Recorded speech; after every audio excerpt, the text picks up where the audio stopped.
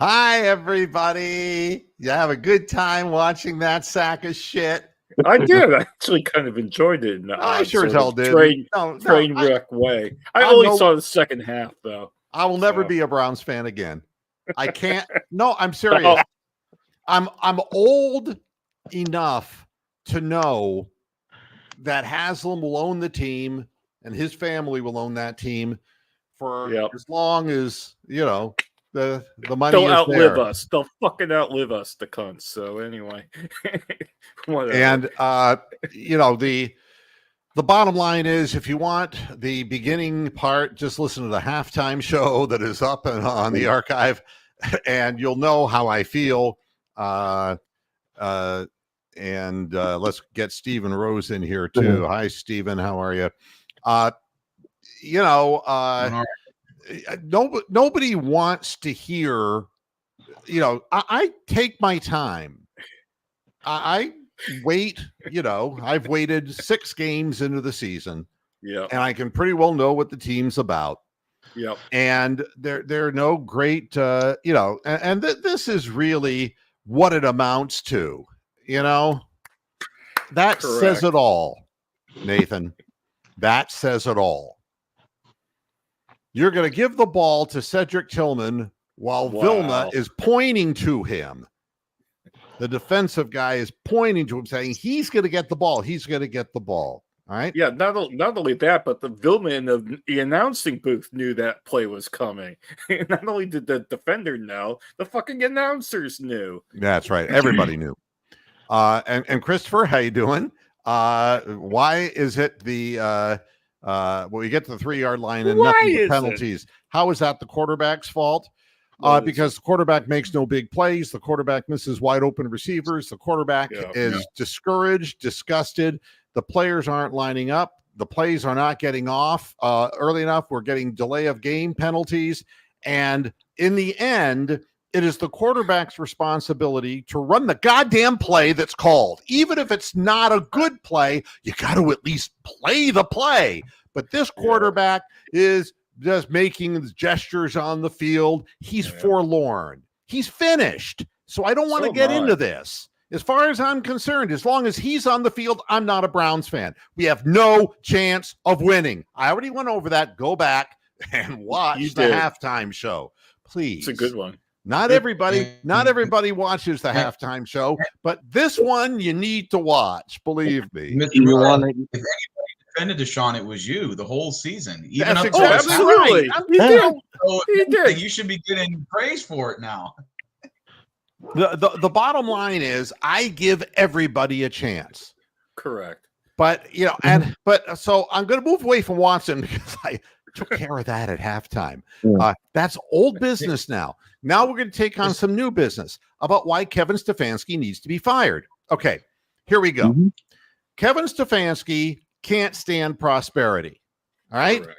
He starts out the second half of the game running the ball down their throat. And you know who suggested it? He must have watched my halftime show, because anybody with a fucking half a brain would have realized that, hey, the holes are there.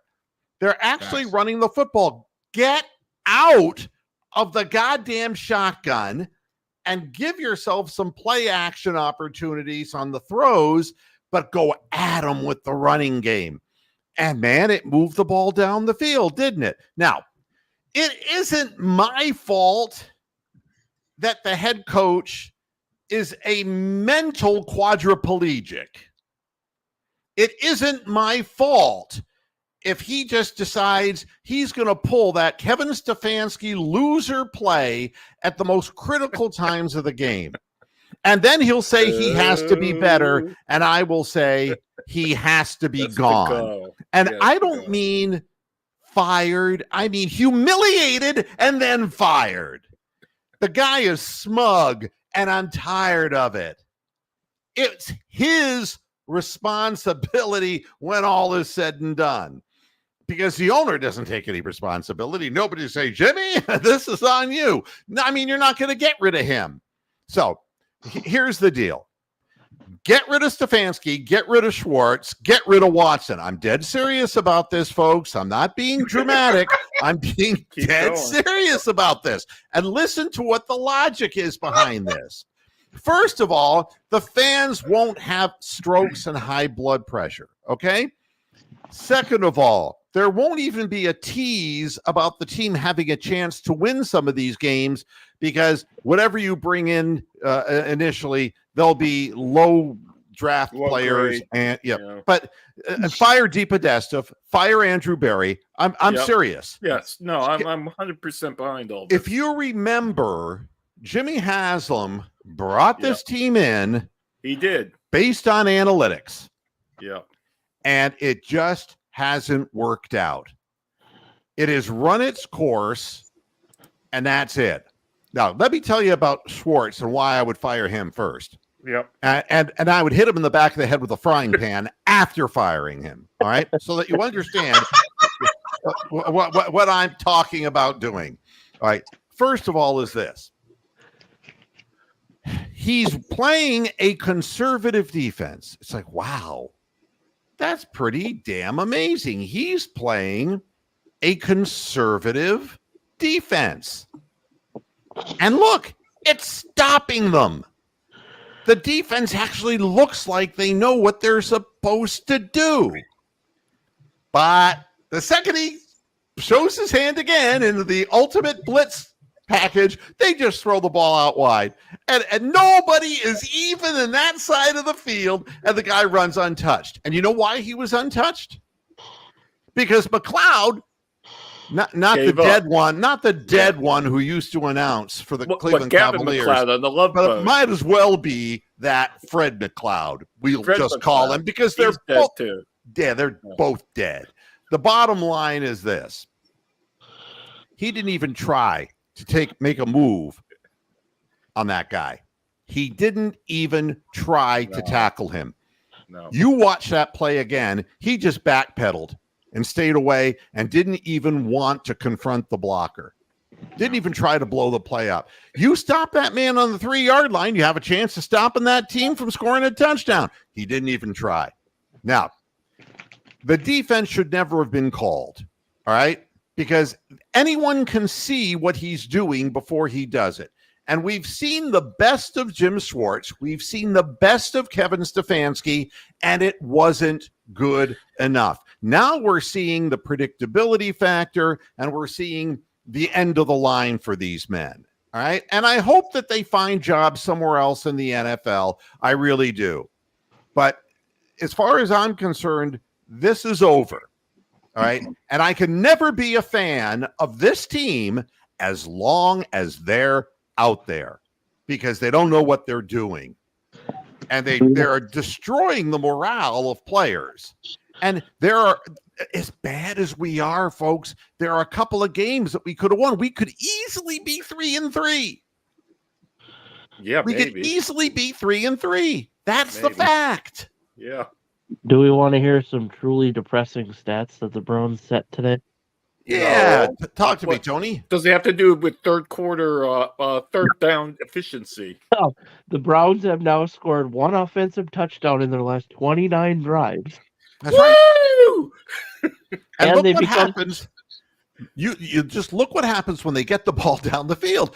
I mean, they all start jumping off sides. And you see we're near the end zone. There was a play call that Stefanski made, and the camera caught him going like that. Yeah. And I can only assume that the play was changed. All right. I don't know what happened, but nobody will report that. And I wish they would. But in the end, when we just kept making mistake after mistake after mistake, he just stands there looking at his fucking sheet. You know, the buck stops there. He's the one who's got to motivate these players to do what they can do to the best of their ability. And we're going to bring David Talevsky, Moo Head Insider. Hi, David. How you doing? Good, Moo. Sounds painful. Good. Also, today, the Browns became the first team in 20 years to score less than 20 points in each of their first 6 games of the season. That I can believe. Yeah, I can believe that. And let's look at it from another perspective. All right, just think of this: the Browns have an unlimited payroll. All right, Yeah. and they make pretty more much. money than you could possibly imagine. The Oh. Cleveland Guardians have 1/3 the payroll of the New fucking York Yankees. Yes. And yet they're one of the 4 teams remaining in the Major League playoffs. And they're winning with Lane Thomas, Stephen Kwan, a incredibly morbidly obese Josh Naylor. During the season, he gains weight. It's remarkable. I swear to God, He's the he's only ordering person who can hot do dogs that. from the stands during the games. I have no idea how he does that. Right. And and we're winning with Bo Naylor and Brian Rocchio, and we're winning with people that it's like, oh, no fucking way. And we lost our allegedly best pitchers, Shane Bieber and Tristan McKenzie, to injury early in the season, and they never came back. All right, Never. They probably Yeah, never will. they had the character in the big game. Remember what the big game is? The big game is the potential last game. Okay, that would be like talking about the Browns playing the Texans last year. That was the big game because there ain't no more season if you don't get through that one. And look at how Jimmy's team and Kevin's team and DePodesta's team and Deshaun Watson's team and all of it. Just look at that whole team, how they handled that moment. And then look at the Guardians, who had to face the best pitcher in Major League Baseball. Nobody even questions that Skubal is the best pitcher in Major League Baseball. For about 10 years, he's probably the best pitcher this season. Yeah. And the beauty of it is, for the first 4 innings, he was shutting them down again. Yep. And you want to know what happened to that game? Because I always have a take on something, and I'm not going to miss out on talking about a winner, even though this is technically time for me to talk about a bunch of losers. I'm going to talk about a winner. All right. Skubal was untouchable. Yeah. The bases were loaded. He throws a fastball and hits Jose Ramirez. Yeah. All right. Ramirez was obviously hurt. That hurt. I mean, anything that guy throws is going to hurt, right? Yeah. On his way to first base, if you didn't see it, he tapped his heart to Skubal, and Skubal took notice that, Jose was saying, I know you weren't throwing at me with the bases loaded, so, be cool, man. And in that instant, the best pitcher in Major League Baseball lost his focus. And he threw a fastball to a guy who'd already hit one out of the park with the bases loaded on a first pitch. And bye-bye it went. All right? Lane Thomas, the the guy Lane and I have Thomas. to eat my words about Lane Thomas. Eat away. Either way, we're here for this. No, I mean, look, we all have. He was terrible. We all when have he came mistakes. Here. Yeah. He was terrible when he came here. Oh God, he was like the worst of the worst. He wasn't even taking the bat off his shoulders, looking at called third strikes. I mean, who would have seen this? But he looked like Charlie Brown at the plate. Yeah, but he's like a stock over like a 2 or 3 year period. You see, he only had 8 home runs when the Guardians got him.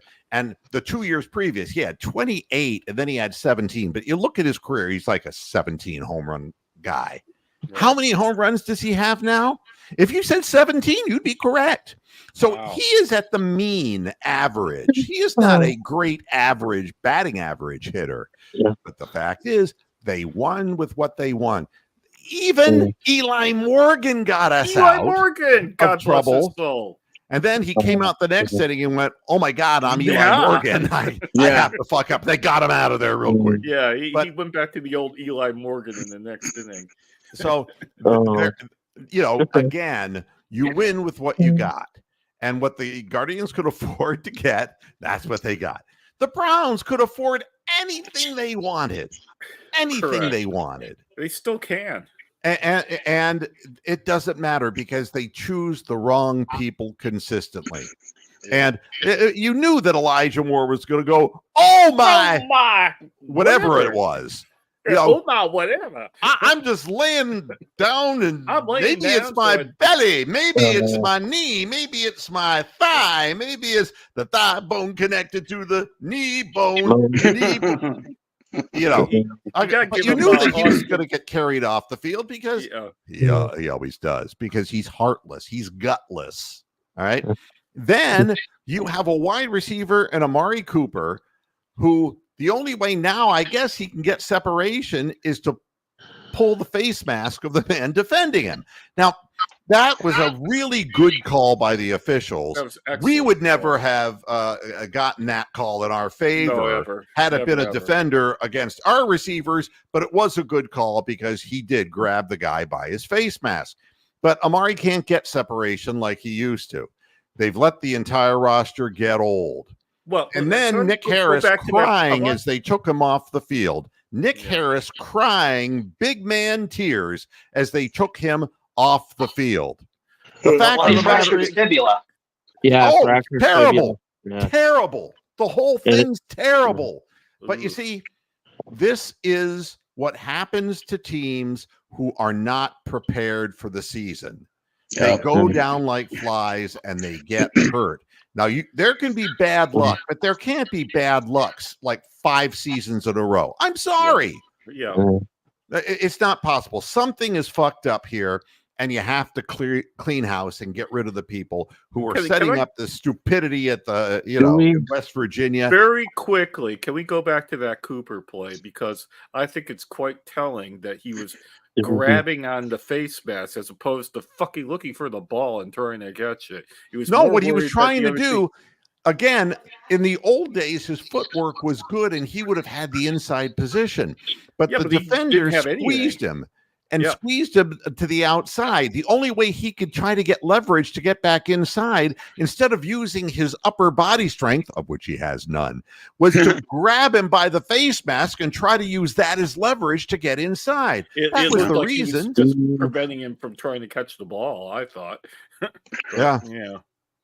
Do we want some Kevin Stefanski quotes? Because they're starting to come out. Oh, yeah. And I was hoping that we would be hearing maybe, the guy who puts up all the quotes. Oh, what's his name? Big Lurker? Is that who it is? Big Lurker, yeah. Big Lurker.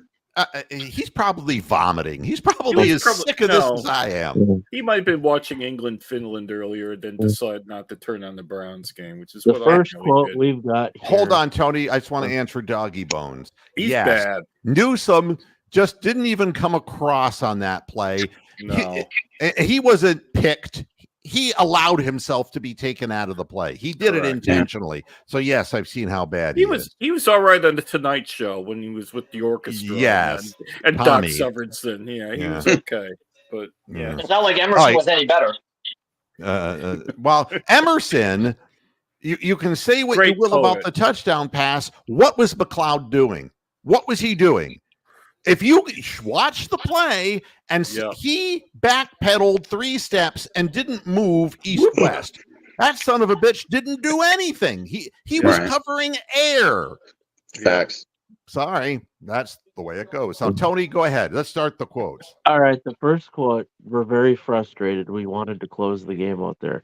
We had our opportunities that did not come through. Very frustrating, but we've got to learn for it. Got another one next week.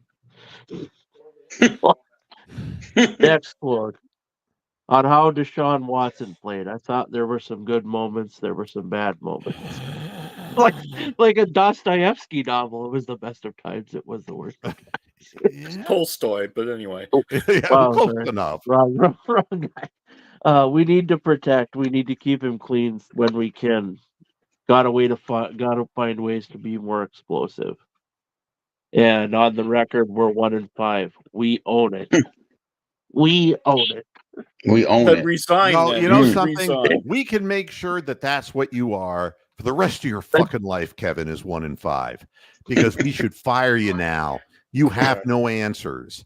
Does that go up there in the Pantheon with the name on the door says Cleveland? Yeah. You know something? I wanted to share a story on this show that is an example of a misrun business. All right. Mhm. My wife and I went out to a restaurant we always go out to. It's a restaurant that is a sushi restaurant because we like sushi. And I love it's sushi. located up in Fairlawn, and it's called Kintaro. All right. And it's an all-you-can-eat sushi place that has also some other nice appetizer kinds of things. And we've been going there for the last 2 seasons. We've lived here, and we go there quite frequently because it's healthy food and it's tasty. And their food there is good. But Sounds good. there are extreme problems with the restaurant. For example, they keep it like 58 degrees inside the restaurant. So literally, icicles are coming out of your nose. When the weather gets humid in Northeast Ohio here, their floors get slippery and people are sliding and falling on them. I'm not making this up. All right. It's dangerous. All right. So finally, the final straw. We go into the restaurant and there were no more than 4 families or tables in the whole place where people were in there, and the rest of it was empty.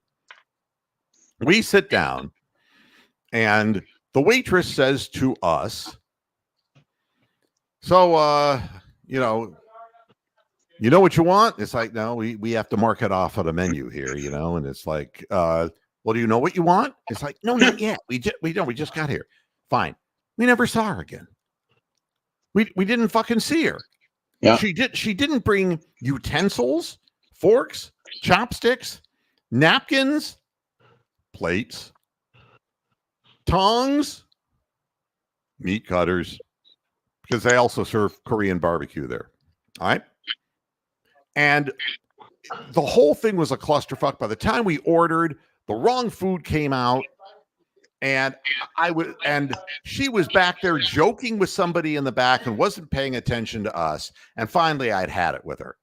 And right. I said, "Let me talk to your manager." And she says, well, I don't, why you need to talk about? And I said, and I named the things. You didn't do this. You didn't do this. You didn't do this. And you didn't do this. All right. I need to talk to your manager. So the manager comes out, right? Manager is a pudgy kind of Korean fellow. And we know him because we eat there very frequently. And he knows that we're one of his best customers. And he says, "So what is the problem?" And I explained to him.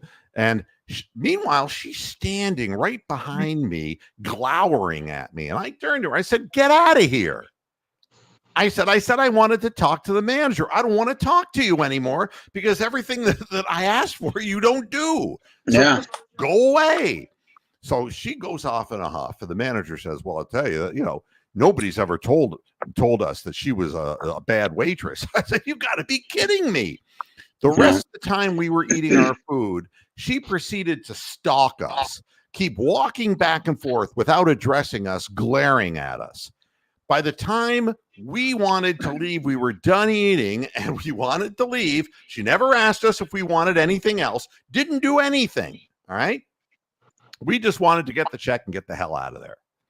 So there was no check forthcoming. So I stood up, and when she saw me stand up and my wife went around to the front of the store, she said, "Oh, do you want your check?" And I said, "Well, I was kind of hoping we'd get one."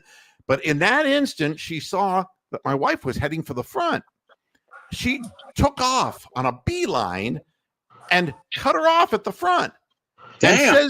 And says to the manager, "Look what these people left behind." And there was a little food on a plate because they had brought us out food that we didn't order. And they charge a surcharge. These people should be charged. And you know what I did? Right in front of the manager and right in front of and a waitress there who is our favorite waitress in the restaurant. She's a wonderful gal. I turned and looked at this woman and said, "Fuck you." Whoa. That's what I said. And for me to say that in a public place, I went moo head on her. All right. Wow. I don't blame you. And that was the end of that. Now, you can have good food and fail in a restaurant. This is the moral of the story, folks.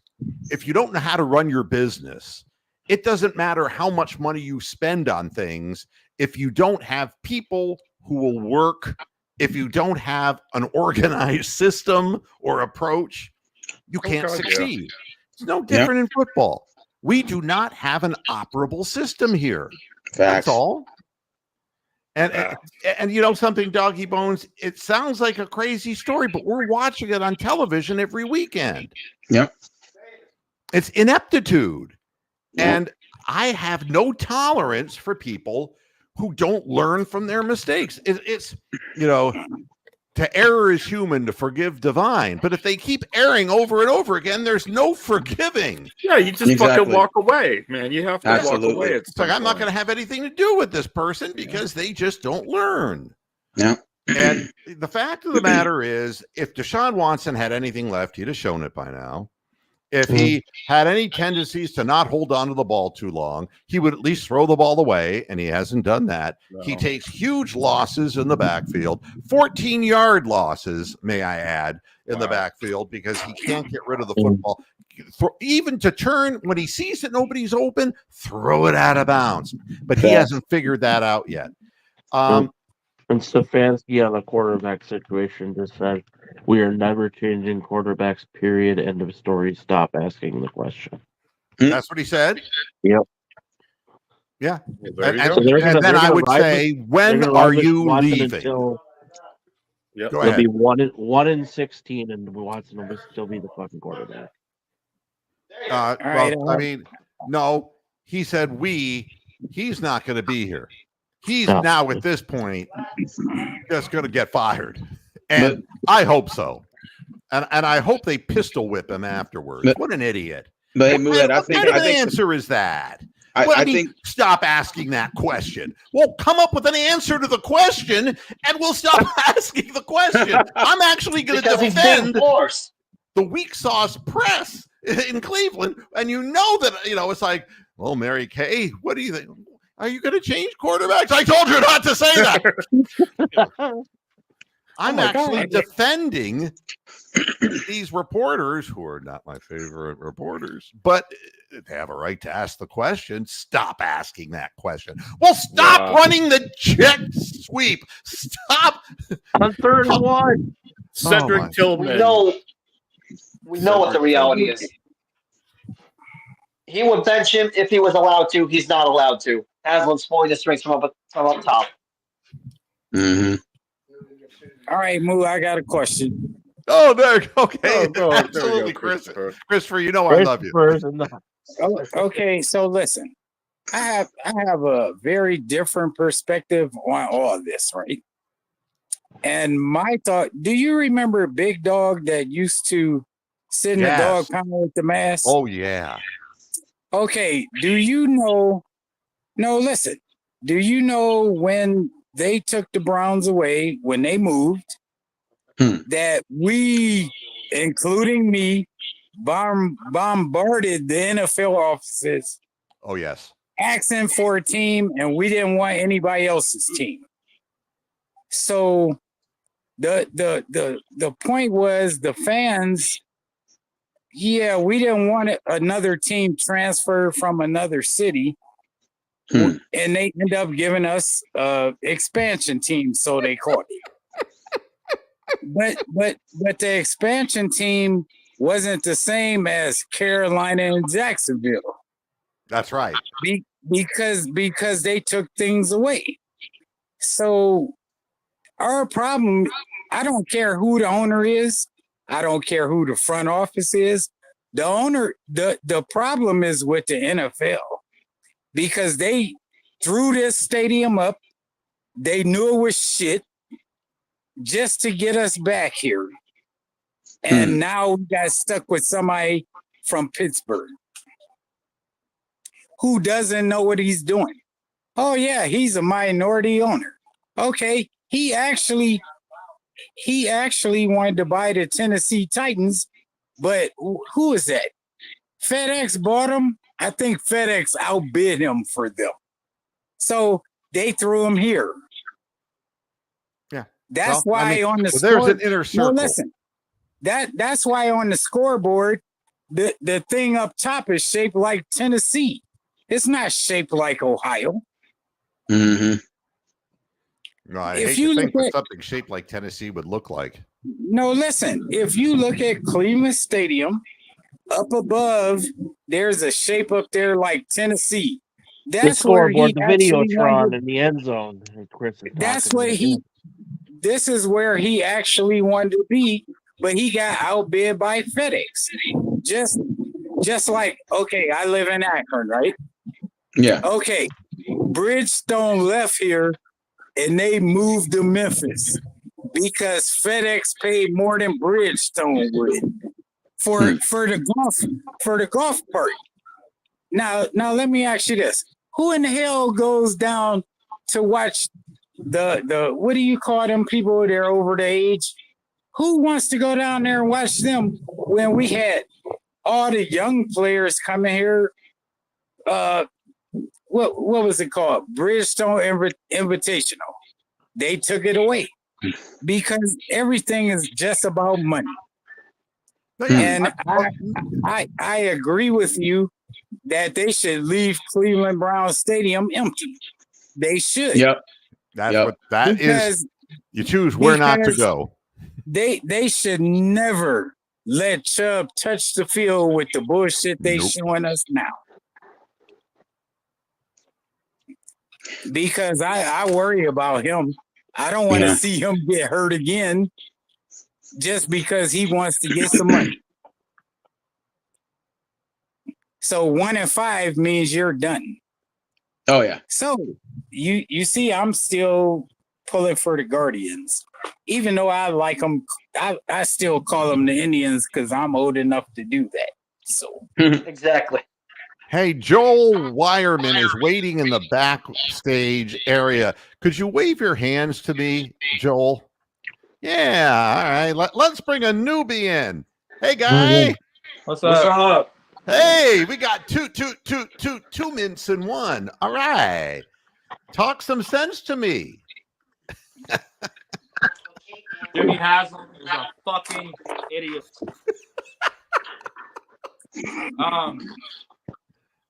I think the biggest problem is like when you criticize Kevin Stefanski, it's like,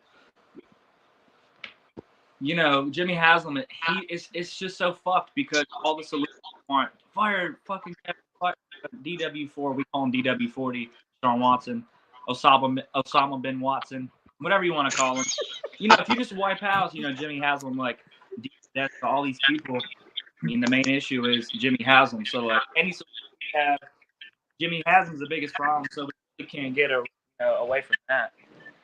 But Jimmy Haslam is at the top of this thing, Yeah. and he is untouchable. When you make a crooked man untouchable, this is what happens. He just runs wild and will do and he'll use it as leverage to get the governments to fight with one another of the counties. So he'll get his dome, and he won't have to pay squat for it. But think of it this way, guys. You know, I can tell you from experience. Barry Manilow wrote the songs. So Kevin Stefanski calls the plays. And, you know, Jimmy isn't calling these dickhead plays. He's not doing that. Stefanski's doing that. Facts. He's got to go. I've seen enough of it. He's being, I mean, it's humiliating when the defense knows what they're going to do. Mm-hmm. But Moo, let me just say this too. So I used to drive a truck over the road, right? Yep. Okay, Pilot Flying J is based out of Tennessee. When that scandal came up, the very top of the food chain, just like now, I didn't have nothing to do with it. But you sat there and you watched all this extra money coming in, right? Right. So he should have went to jail then, but he didn't go to jail because his brother was governor of Tennessee. There's nepotism for you. Yeah. You know, and you know, Wable, you know, I saw the whole thing, and I mean, what was Cedric Tillman doing in that formation? I mean, it stood out like the biggest pimple on a pretty girl's ass. I mean, it was just like the most ridiculous thing. It's like, why is he in this formation? He's not in a position to block. Mhm. And only Kevin would think, well, they'll think he's a decoy. It's like they're pointing to him, hey, he's going to get the ball. Unbelievable. And you run backward plays when what got you there was pounding the middle, and they couldn't stop us. And we stopped doing it because Kevin had to get clever. That's why. It's crazy. This whole thing, Eagles fans aren't even happy with the win. Oh, no. I mean, those fans they tried to murder Santa Claus. I remember that. No, I they remember did. that. Do you remember? They're booing Santa. Those people are not unforgiving people. They're not happy with that win. They were terrible. I mean, They the wanted a Browns are blowout, the worst that's what it team in the was. league. Without a question, the Browns are the worst team in the league. And they had to pull that one out of their rear end to win it. And we had to help them, of course.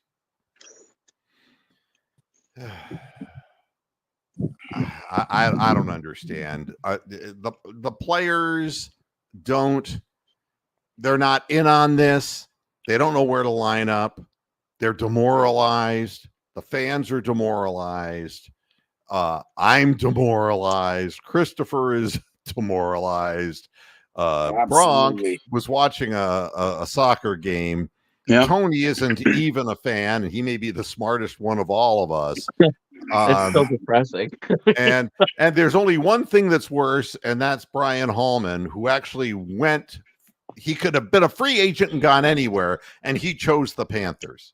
I thought when he got off the bandwagon, I thought, hey, that's good news for us. But no, because Jimmy the other has thing that some- was the other thing that was hilarious during the game was Bud Light even trolled the Browns by showing the highlights of the Commanders game the previous week and showing Jalen Daniels bitch slapping us up and down the field, and then sponsored by Bud Light. I thought that was brilliant. Yeah, I mean, and Nathan's asking a question: how can we get an extra first-round pick this year? Pray. Yeah, I mean, Frank Garrett. you got to lose every game you play, and I think that's what Kevin's saying. We're Yeah. going to lose the rest of the games we play this year. I mean, at And then this you got to point, trade a star. Yeah, Yeah, Craig Garrett. He's the only one that Craig you'll get a Garrett. first round pick for. yep. And one draft pick isn't going to help this team because Jimmy No. has ruined the entire future of the organization. The next 3 to 5 years is a gigantic crater because of him. I mean, it's just. But the thing is, the business makes so much money for him. It doesn't matter to him. It's not like Kintaro that will go out of business. Okay, Yeah. It's not like some Correct. fucking sushi restaurant. It isn't like that. This will go on ad infinitum. They'll never go out of business, and they'll just keep presenting a shitty product. And if you don't believe me, then I saw that the Commanders came down to earth when they played a real football team. The fact of the matter is, it takes a long time to rebuild from a Daniel Snyder. It takes time. They've done a wonderful job. And the Texans wouldn't be the Texans if it weren't for Jimmy Haslam. Yeah. Correct. All right. True. Jimmy Haslam did a better job as a non-participatory officer of the Texans. He turned them into a winner and turned his own company into a loser. So, And he got Baker Mayfield successful in Tampa at least. well, it took time. That It took took time. 3 other stops, so you had to go to Carolina and the Rams first. So Denzel won't get you a first-round pick. Denzel's like one hit away from The being only first-round hurled off. pick guy is Miles. He's the only one who's going to get you a first-round pick. That's it. They're never trading him. Miles and JOK. That's it. That is it. Yeah, those two guys, and and Tom, the referees making bogus calls. That's just part of the league.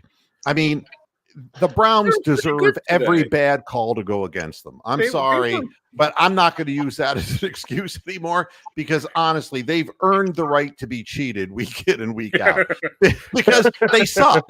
They're just when a you're an little league idiot, team. Yeah, when you're an idiot, you get flim-flammed. That's how the world works, isn't it? Yeah, and then again to go back to the Guardians, it's like every reason in the world.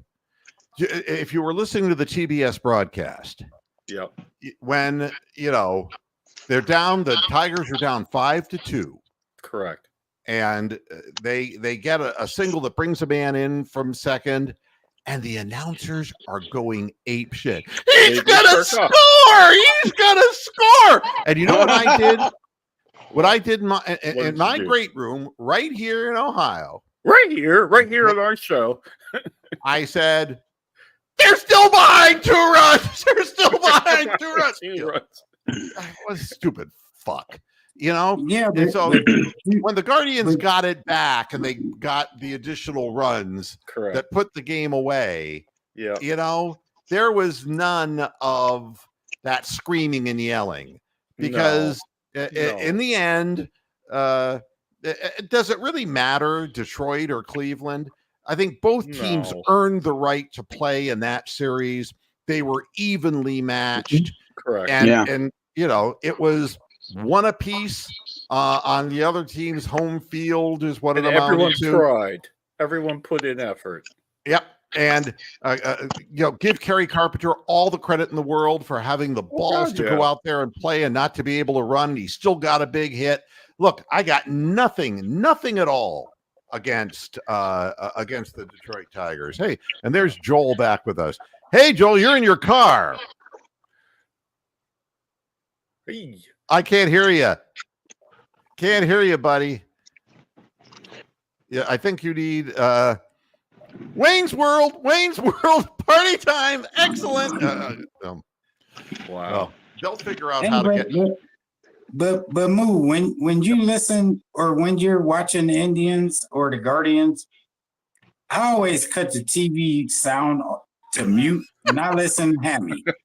Yeah, but the delay, I listen to the hammy calls after the game because it's like, oh, I want to hear how he called that grand slam. That's kind of what we do. But yeah, he didn't call the grand slam. It was the other guy. Oh, it was Underwood because it was like the 5th inning or 6th inning. Yeah, he didn't get to. I was Matt looking Underwood. for Oh, no, not Underwood. The go? other guy. Oh, what's his name? Oh God, I can't. Yeah, I don't know his name either. God, And do you want to know what he was on a break? Do you know what the best part of the Brown season is? That they didn't make Jim Donovan do this. Oh man, that guy's Jim Rosenhaus. God damn it, Jim Rosenhaus. That was the guy who called the home run. I was wondering why. I was like, hey, look at that! That ball went up in the air. It's going way back, way back.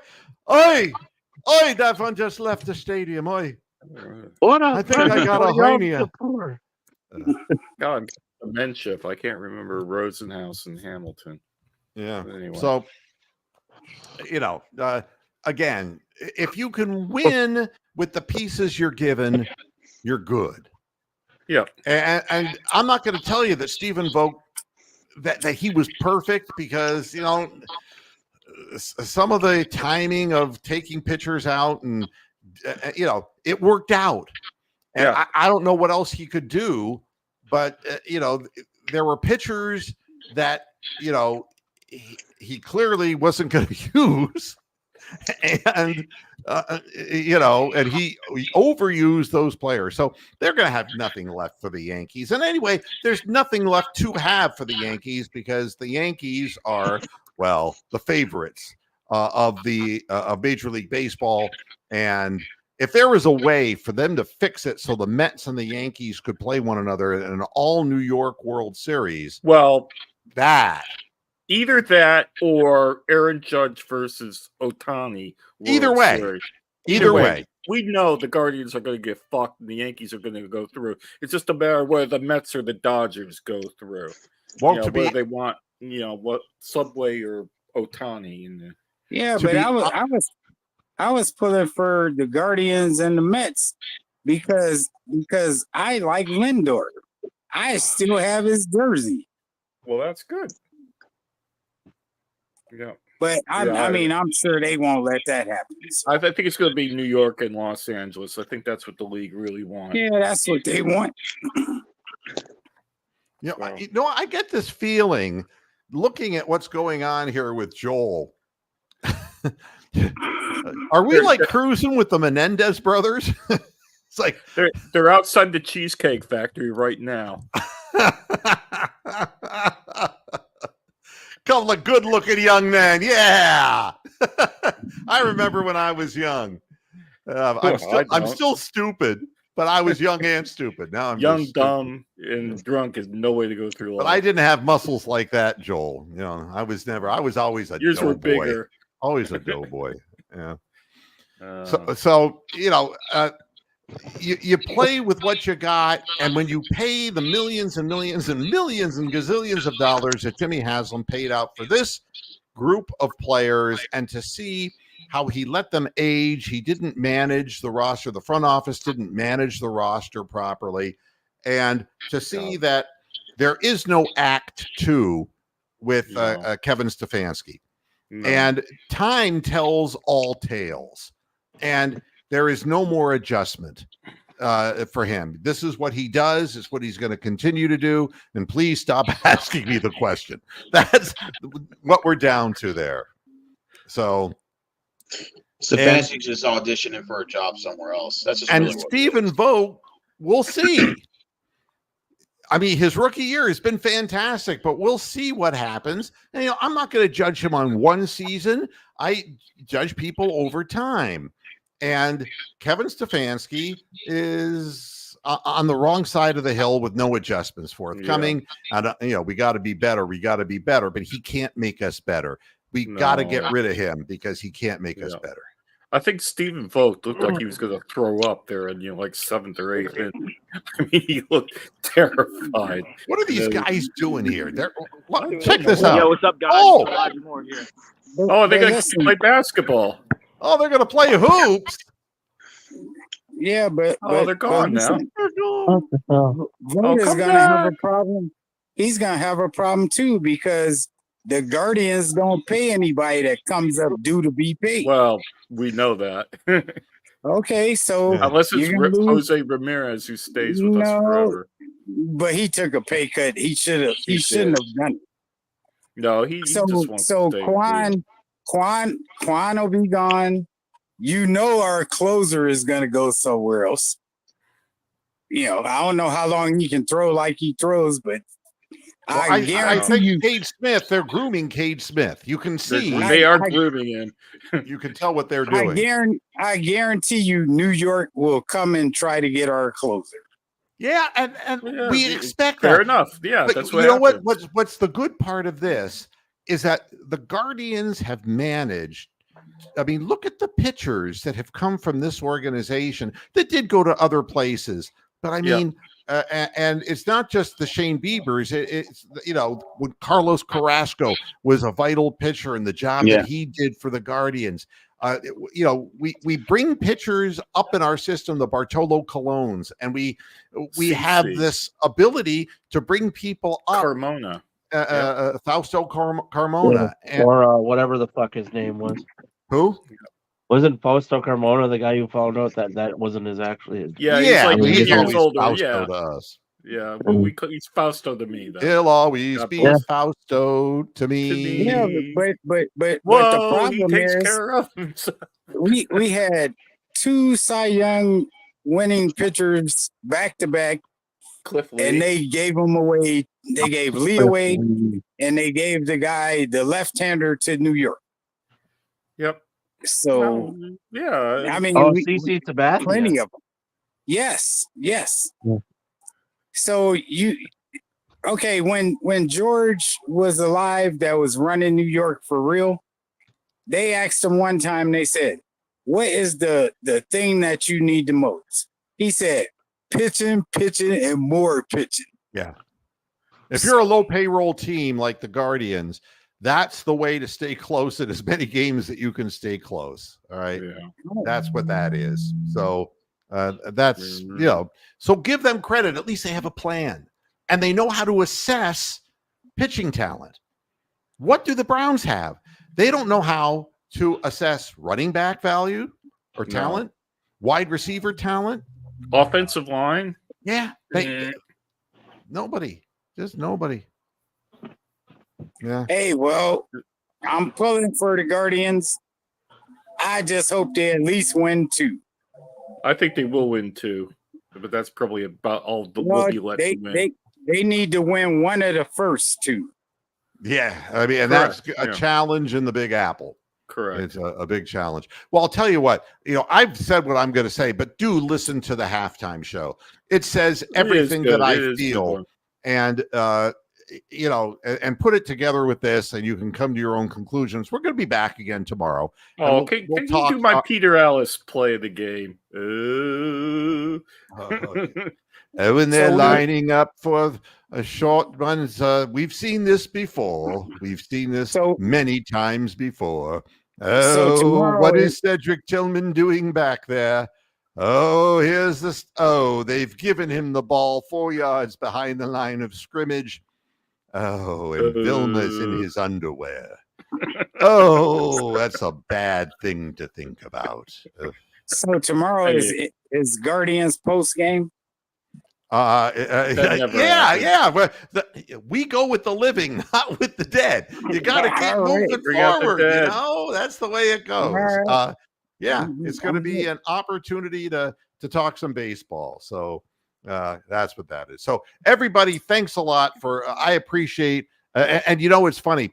The last post game show that I did was the largest in 22 years, and before that, the audience had been virtually cut in half. But people were so fed up, they were actually willing to watch me again. That's how, I mean, when you see that happen to Cleveland Browns fans, it's over, Yeah. So we'll be back, tomorrow, and we'll have a good show. You make sure you're here, Christopher, because we will be talking some baseball. That's for sure. All right, I'll be here. And thanks to Christopher, to David, to Moose, to Tony the Calf, and to the guys who were cruising in their car getting high. Thanks to everybody. I appreciate you taking the time. We'll see you again tomorrow. Until then, hasta la vista, Pasture Heads. Good night.